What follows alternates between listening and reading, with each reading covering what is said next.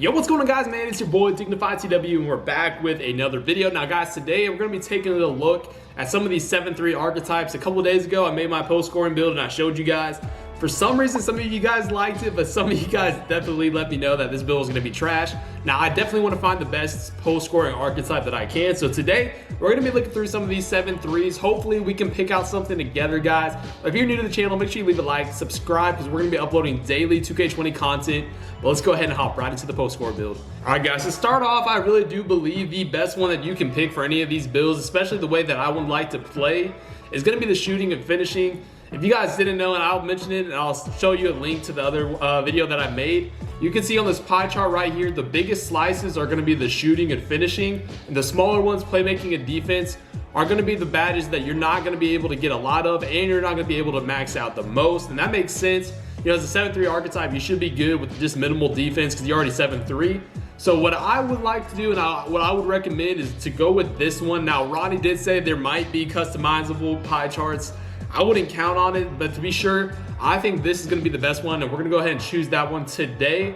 Now, we're going to get to one of the most interesting parts where I feel like a lot of you guys sleep on, is going to be the physical profile, all right? Look, you can either have a 68, an 84, or a 90 strength. Now, if you guys know anything about post scoring and how 2K20 and 2K19 works, you do not want to pick a build that has 68 strength. It's not going to be the wave. I'm telling you, you're not going to be lightweight and moving around the court. All you're going to do is get shoulder charge, rim rate, and drop steps and dunked on the whole entire time. That is not something that you want, all right? So I would definitely recommend one of these 90s right here. You could probably get away with going with a lower speed and acceleration. If you plan on playing twos, you really don't need it that much, but either one of these is pretty good. The vertical might help you a little bit if you're going against like a glass cleaner and stuff like that. And you might be able to get a little bit more elevated to get some of that driving dunk, which will be important, which I'll show you guys here in a minute. So we're gonna go ahead and go with this one. Now, this is the most important part, all right? Look, like I said, when you're finishing and shooting, are gonna be the two main little attribute categories that I will be looking at the most. And that's what I'm gonna start off with, and then playmaking and defense, I think is gonna be on the back burner, and we'll kind of play by ear and kind of start moving stuff around. And you guys will see that as well. You need to start moving stuff around to see how many badges that you're gonna get. So first, we're gonna go ahead and start off with doing my post moves. You gotta make sure that's maxed out. You know, you gotta have maxed out post moves or you're not gonna be good. Maxing out the fadeaway right away at a 90, which is actually super good. And you'll see with the badges that we get, it's gonna be pretty OP. But as you can see, as I upgrade my 3-point shot all the way down from a 45, which I have no shooting badges, but as I upgraded it all the way to a 70, I get 9 shooting badges. And when I upgrade my mid-range, boom, 16 right there. Now, I could easily upgrade my free throw guys and get 21 shooting badges, which you could do, and it could definitely make a big point in your game if that's how you would like to play. But we'll kind of go back to that, play it on the back burner. Like I said, we'll mess around with it if we have a little bit of attributes, upgrades remaining. But I would definitely recommend knocking out the stuff that you think will be most important first, just so you're not messing around at the end and trying to find stuff to take away and to like bring it back. Now, I will say this too, guys. The driving dunk and driving layup as a 7-foot player, 7-3, you might not need it. In my opinion, I don't think you'll really need it that much. I think the standing dunk is going to be more important when you're around the rim. And the shot close, all those little layups beside the rim that you're going to be doing pretty much standing, those are going to be your shot close, and that's going to kind of make a bigger difference, in my opinion, from playing 2K than the driving layups and driving dunks. Maybe you can upgrade this a little bit so you can get some more finishing badges, but I would also recommend, you can see as I upgrade, my post took all the way. You might just be able to get away with doing it. See, 88, you get 18, 87, you get 1, like I said. So you're gonna have to kind of mess around with that. We'll leave it there for now, but we might end up changing it. Like I said, you never know. Next thing we're gonna look at, guys, we have 178 more of these categories remaining. We're gonna try to knock this out. I don't want this to take too long. Like I said, you could upgrade this all the way and get some playmaking badges, which are big. We're going to be looking at defense and playmaking. I think the biggest thing with this build is you're going to have interior defense maxed out. You can see I maxed it out, but I still don't have all my defensive badges right there. So I'm going to be maxing out my lateral quickness.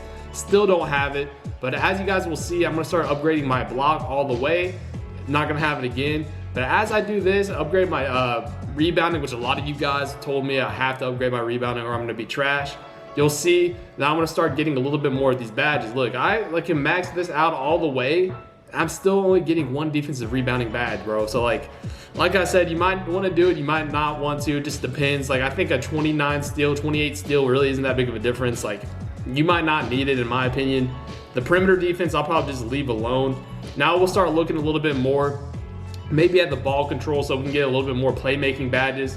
You can see as I do this, I'm just gonna kind of tinker with it until I get 2. Then I'm gonna mess with this one to see if I can get 3 and kind of go back and forth to see if I can get 4 like I just did right there. And now we've got 39 of these remaining. Maybe I can make this go up a little bit to see if I can get another driving layup. See, I got another driving one right there just by going up 1. We've got 32 remaining. I could go up on the ball control, but this year, guys, I'm telling you, there's not gonna be the glitchy dribble moves. You could go back to this video, but I'm gonna tell you right now, the glitchy dribble moves that you guys saw this year, not gonna be possible. And that's another thing, I think 7 threes will be good just because of that. You can see I can max out my perimeter defense. We're still only getting 1, guys. So like I said, I really want to recommend maxing out something just to get, you know, the attributes. When you're not getting any of the defensive badges, you're kind of taking a hit. Now I could, like I said, go up with my driving dunk, driving layup, but I promise you guys, this shot close is what's going to matter the most. So I'm going to go ahead and go back over here, go up with the free throw, I believe. Let me go back down. I'm going to go max out my free throw, and we're going to have 21 shooting badges, guys. Now you could go back. You could maybe put 4 here, put 4 here, something like that. I think that's going to be pretty overpowered. Let me know in the comment section if I messed up, but if that starts to make sense with you guys, let me know too.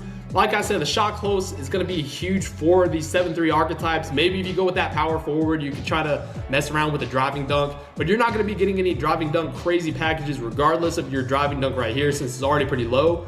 But we're going to go ahead and hop into the next thing. Let's get it. Next, we're going to go over the height. I do think the best post scoring build in general every single year is 7-3. A lot of people always would like to try to tell you 7-2, 7-1. I think that was popular like 2K17 and 2K19. I would go 7 foot, but there's so many more advantages at 7-3. The badges that you're gonna be able to apply, there's no reason you should not go 7-3 in my opinion. Again, going 7-3, you could go max weight. The only thing you're really getting right here is better interior defense. However, you are losing out on some of your acceleration, I do believe, if you go lower.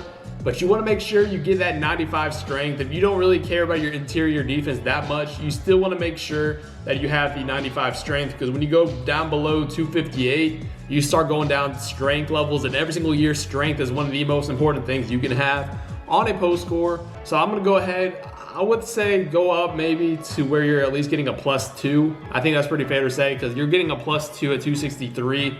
But if you go any up further, you're starting to lose some attributes.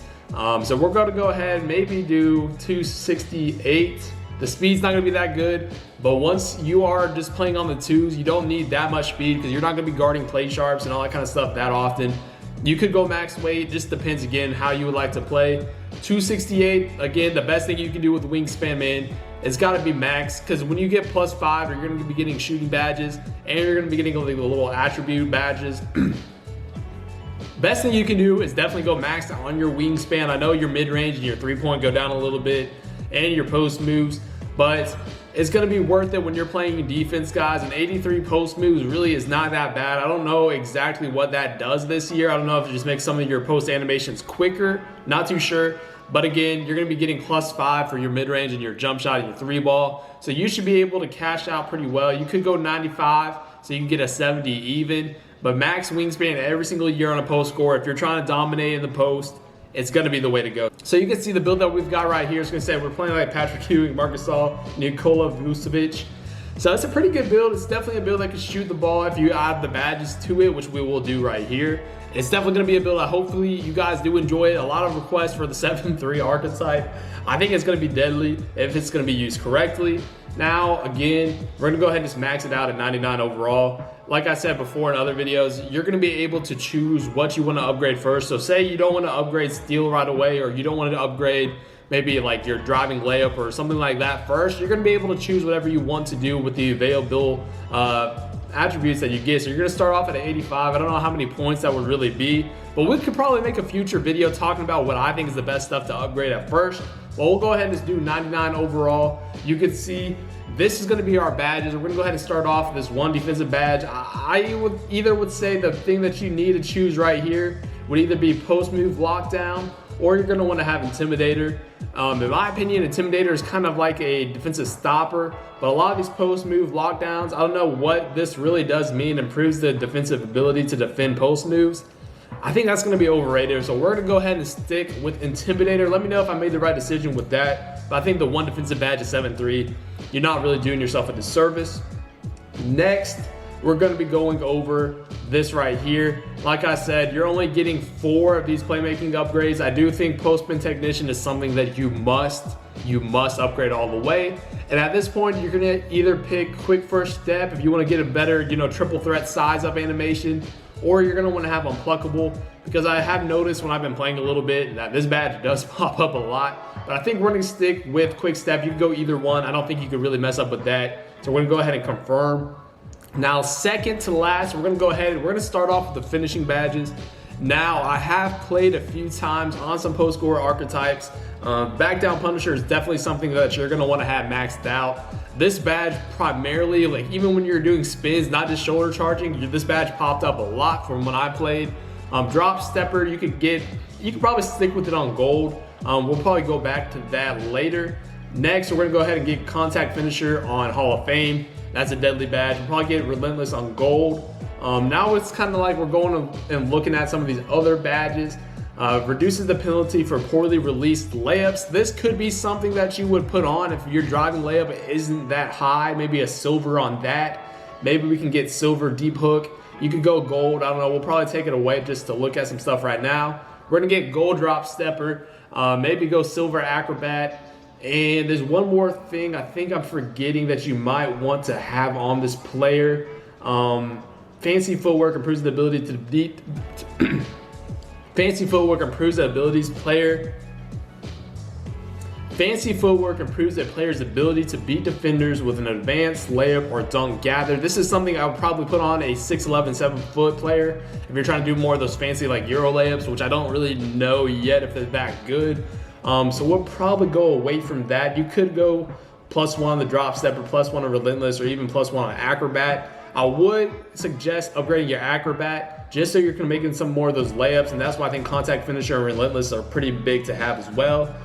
Maybe we can get one more bronze badge. I do think maybe we might just go ahead and upgrade acrobat to gold, guys. I think that's going to be the best thing for this build. Let me know what you guys would upgrade. Again, this is just a prelude demo. I think right off the bat, this would probably be the best thing to upgrade.